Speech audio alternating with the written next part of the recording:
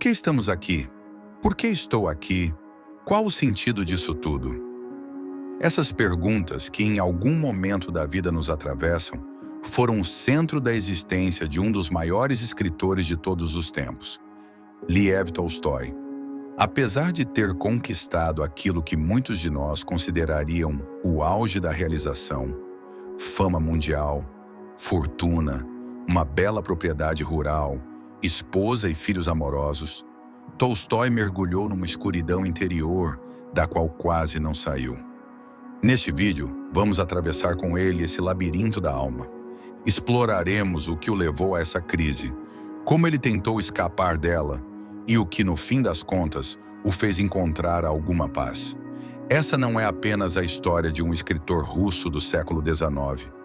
É a história de todo ser humano que, em algum momento, já olhou para o céu e se perguntou: e se nada disso fizer sentido? No auge de sua vida, Tolstói era praticamente um símbolo do sucesso. Autor de Guerra e Paz e Ana Karenina, ele havia redefinido o romance histórico e o drama psicológico. Era aclamado por intelectuais da Europa, respeitado pela aristocracia russa e amado pelo povo. A sua propriedade em Yasnaya Poliana era um reflexo de sua abundância. Cavalos, empregados, festas, uma biblioteca impressionante. Era casado com Sofia, uma mulher culta e dedicada, com quem teve 13 filhos. Por fora, tudo brilhava, mas por dentro, uma rachadura começava a crescer. Tolstói começou a sentir que tudo aquilo que conquistara, fama, riqueza, reconhecimento, não tinha valor real. Era como se estivesse cercado de ouro, mas tudo se desintegrasse ao toque. Ele descreve essa sensação em seu ensaio, Confissão. Minha vida parou. Eu podia respirar, comer, dormir, mas não havia vida em mim. Eu sentia que podia enganar os outros, mas não a mim mesmo. Aos 50 anos, ele entrou em colapso interno. Começou a evitar armas e cordas com medo de tirar a própria vida. Dormir era o único alívio temporário. Acordar era voltar ao mesmo abismo de perguntas sem resposta. Por que viver? Qual é o sentido disso tudo? Uma imagem o perseguiu com força, a parábola do homem fugindo de uma fera. Na fuga, ele cai num poço. Abaixo dele, um dragão o espera. Acima, a fera. A única coisa que o impede de cair é um galho. E sobre esse galho, pequenas gotas de mel. Ele lambe o mel. Mas o dragão está lá embaixo. A fera lá em cima. A morte inevitável. O sofrimento constante. E no meio, alguns instantes de prazer. Para Tolstói, essa era a vida. E ele se perguntava: vale a pena lamber o mel sabendo do que nos espera? Na tentativa de responder às suas dúvidas, Tolstói recorreu à filosofia. Leu Sócrates, Buda, Schopenhauer, Pascal, Salomão. Estudou ciência, darwinismo, história, matemática. Mas todas essas vozes convergiam para uma resposta que o aterrorizava. É melhor nunca ter nascido. Se nasceu, o melhor é morrer cedo. A razão parecia só lhe oferecer mais desespero. A ciência explicava como as coisas funcionavam, mas não porque elas deveriam ser vividas. O niilismo se tornava inevitável. A lógica levava ao absurdo. Tolstói começou a observar como as pessoas ao seu redor lidavam com essa sensação de absurdo e classificou suas respostas em 4 grupos. Aqueles que simplesmente não pensam sobre o sentido da vida, vivem no piloto automático, trabalham, dormem, casam, envelhecem e morrem. Os que mergulham nos prazeres, buscam prazer imediato como forma de anestesia, comida, bebida, sexo, arte, distração. Aqueles que, diante do vazio, escolhem acabar com tudo. É uma recusa total ao jogo da existência. Gente que, como ele, vê o absurdo, sente o peso, mas não consegue nem reagir. Ficam paralisados, suspensos num estado de cansaço espiritual. Tolstói percebeu que ele pertencia ao quarto grupo. Ele não queria mais viver, mas também não conseguia morrer. Cansado de buscar entre os intelectuais, Tolstói voltou os olhos ao povo simples, os camponeses. E ali algo mudou. Essas pessoas pobres, sofridas, muitas vezes analfabetas, pareciam possuir uma coisa que ele não tinha: fé. Eles não discutiam se a vida tinha sentido. Eles viviam como se tivesse. Plantavam, rezavam, cuidavam dos filhos, amavam a Deus. Mesmo sem provas, mesmo sem certezas. Tolstói sentiu vergonha. Talvez ele estivesse olhando para o lugar errado o tempo todo. Para Tolstói, aceitar a fé não foi fácil. Não era mais um dogma a ser absorvido, mas sim um mergulho no mistério. Ele começou a enxergar Deus não como uma figura que resolve tudo, mas como um símbolo do infinito, do que está além da compreensão humana. A razão falha, a ciência falha, mas a fé, essa confiança humilde de que talvez haja algo além, oferecia paz. Transformado por essa nova visão, Tolstói mudou sua vida radicalmente. Passou a rejeitar seus bens e títulos de nobreza. Doou grande parte de sua fortuna. Passou a trabalhar a terra junto com os camponeses. Escreveu sobre ética, educação e não violência. Tornou-se vegetariano e defensor dos pobres. Pregava o amor como base da existência.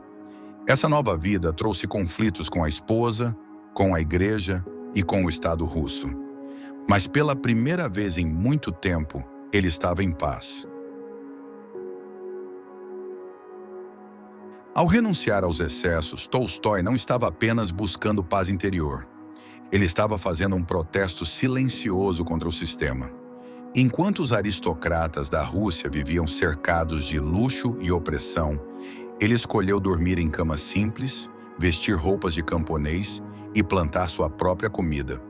Para muitos, isso era loucura. Para ele, era liberdade. A simplicidade deixou de ser apenas um estilo de vida. Tornou-se uma forma de rebeldia, uma crítica direta a um mundo que trocava valores por vaidade. E mais, era também um gesto de solidariedade.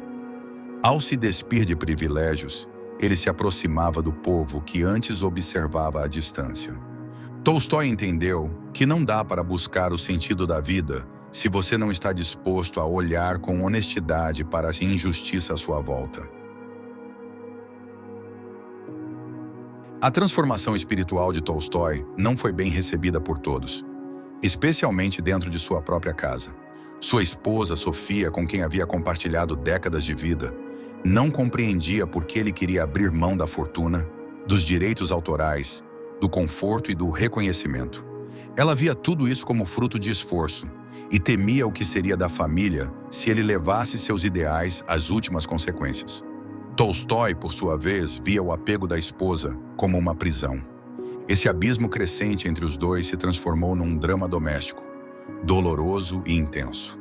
Trocaram cartas longas e emocionadas. Ele buscava o silêncio, ela queria diálogo. Ele sonhava com a simplicidade, ela com estabilidade. Não era mais apenas uma crise individual. Era agora um choque entre visões de mundo. E talvez seja aí que se revele um dos traços mais humanos de Tolstói.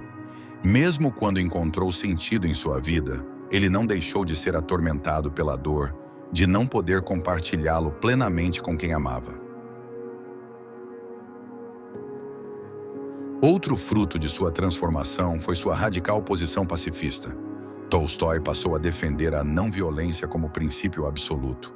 Inspirado pelos ensinamentos de Jesus no Sermão da Montanha, especialmente a frase "Amai os vossos inimigos", ele escreveu textos denunciando o exército, a pena de morte, a repressão religiosa e o sistema penal. Ele acreditava que nenhuma transformação real poderia vir da força. A verdadeira revolução, dizia ele, começa dentro do indivíduo, quando este se recusa a odiar. Essas ideias influenciaram ninguém menos que Mahatma Gandhi, que chegou a trocar cartas com Tolstói e nomeou sua comunidade na África do Sul de Colônia Tolstói. Assim, um velho escritor russo isolado em sua fazenda se tornava, sem saber, um dos pais do pacifismo moderno. Outra grande mudança em Tolstói foi sua relação com a arte. Antes, ele via a literatura como expressão estética. Agora acreditava que a arte só tinha valor se servisse à vida, se tivesse propósito moral. Ele passou a condenar a arte vazia, feita apenas para entreter ou agradar os sentidos. Criticou obras de seus contemporâneos, inclusive as suas próprias mais famosas, como Anna Karenina, que ele passou a considerar moralmente duvidosa. Escreveu ensaios defendendo uma arte popular, acessível, com valores éticos, algo que inspirasse o ser humano a crescer. Essa nova visão não foi bem recebida entre os intelectuais da época, mas Tolstói não se preocupava mais em agradar. Para ele, a verdadeira grandeza da arte estava em sua capacidade de tocar o espírito humano. Mesmo durante sua crise, Tolstói nunca parou de escrever, mas sua escrita mudou. Antes era arte, depois tornou-se confissão, oração, desabafo, meditação. Escrever era seu modo de se organizar por dentro, de escavar a própria alma em busca de luz. Ele entendia que, ao narrar suas dores, também ajudava outras pessoas a compreenderem as suas. A escrita para Tolstói era um espelho e uma ponte. Espelho para olhar para si mesmo, ponte para alcançar o outro. Essa é uma das maiores lições que ele nos deixou. Que a arte, quando feita com sinceridade, tem o poder de curar a si mesmo e aos outros. Uma das angústias mais profundas que Tolstói enfrentava era o passar do tempo. A sensação de que, por mais que tentasse entender a vida, ela escorria pelas mãos como areia fina. Tudo o que faço está condenado a desaparecer. Tudo o que amo será levado, e eu serei esquecido. Essa consciência da impermanência corroía suas certezas, mas também o empurrava para uma espécie de urgência existencial. Ele começou a questionar: se tudo vai desaparecer, o que vale a pena fazer com o tempo que me resta? A resposta para ele não veio como um relâmpago, mas como o abrir de uma flor, devagar, silenciosamente. A vida não valia pela eternidade, mas pela intensidade da presença. Não era sobre quantos anos se vive, mas como se vive cada minuto. Essa mudança de olhar fez Tolstói reavaliar cada gesto, cada escolha, cada palavra escrita. Outro elemento que ganhou destaque na fase final de Tolstói foi o silêncio. Durante boa parte da vida, ele falou demais. Escreveu milhares de páginas, pregou ideias, discutiu com críticos, familiares e religiosos. Mas no fim, compreendeu que há coisas que só se revelam quando paramos de falar. Começou a passar longos períodos em silêncio, caminhando, observando, refletindo. A solidão deixou de ser um castigo e se tornou um templo. Nesse silêncio, ele deixou de buscar respostas racionais e começou a escutar uma outra voz, mais sutil, mais interna, mais profunda. Talvez, pensava ele, a verdade não seja algo a ser dito, mas algo a ser vivido. Na fase mais sombria da crise, Tolstói se comparava a uma criança que repete sem parar: por quê? Por quê? Por quê? Essa imagem revela uma chave importante para a sua trajetória. A filosofia tradicional buscava respostas lógicas. A fé da igreja, respostas dogmáticas. Mas a criança queria apenas entender o que estava sentindo.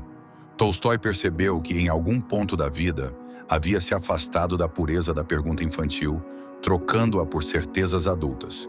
Ele então começou a recuperar essa inocência. Não como ignorância, mas como abertura. Aceitou que viver é perguntar, e que nem todas as perguntas têm resposta, e tudo bem.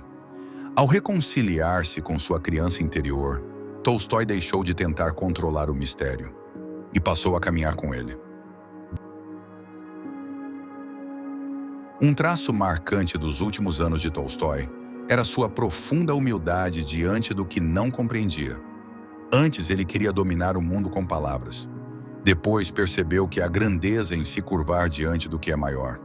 Começou a enxergar a vida como um oceano, e ele apenas uma gota. Essa humildade o libertou. Já não precisava ser o grande escritor russo. Já não precisava ser aclamado, respeitado ou mesmo compreendido. Bastava-lhe viver com verdade, com entrega, com compaixão. Essa humildade é talvez o maior antídoto contra a crise existencial.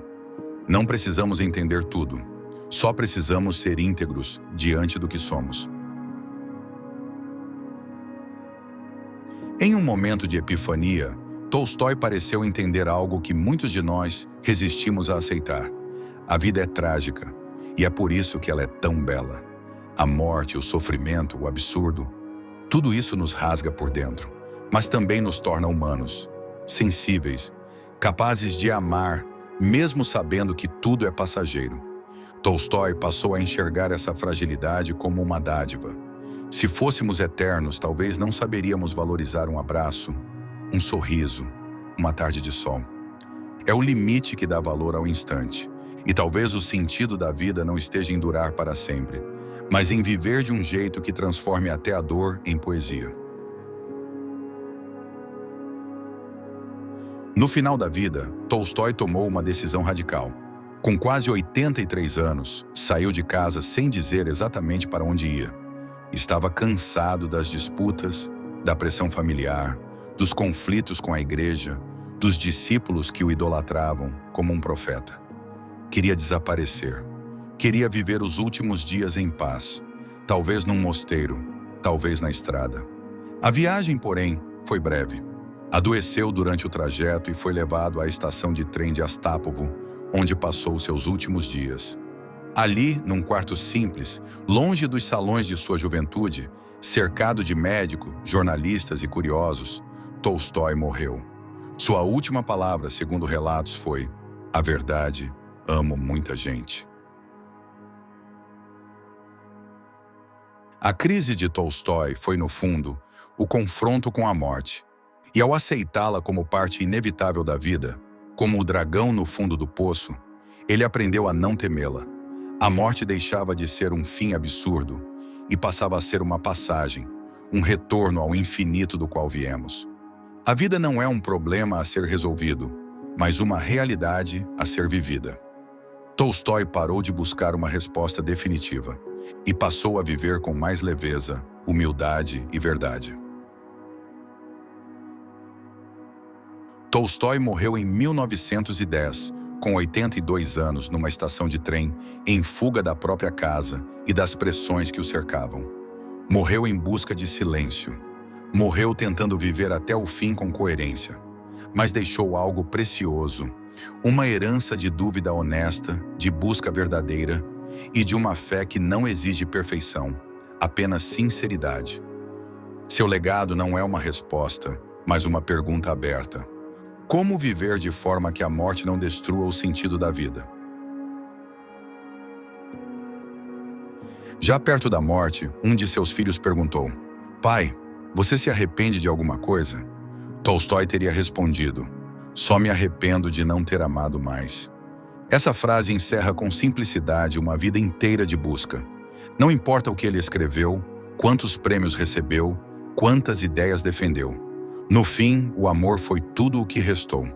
Esse é o último ensinamento de Tolstói, e talvez o único que realmente importa. Se queres ser feliz, sê. Tolstói. A crise existencial de Tolstói é, antes de tudo, uma história de coragem. Coragem de olhar para dentro. Coragem de não se contentar com respostas fáceis. Coragem de mudar de vida, mesmo com tudo a perder.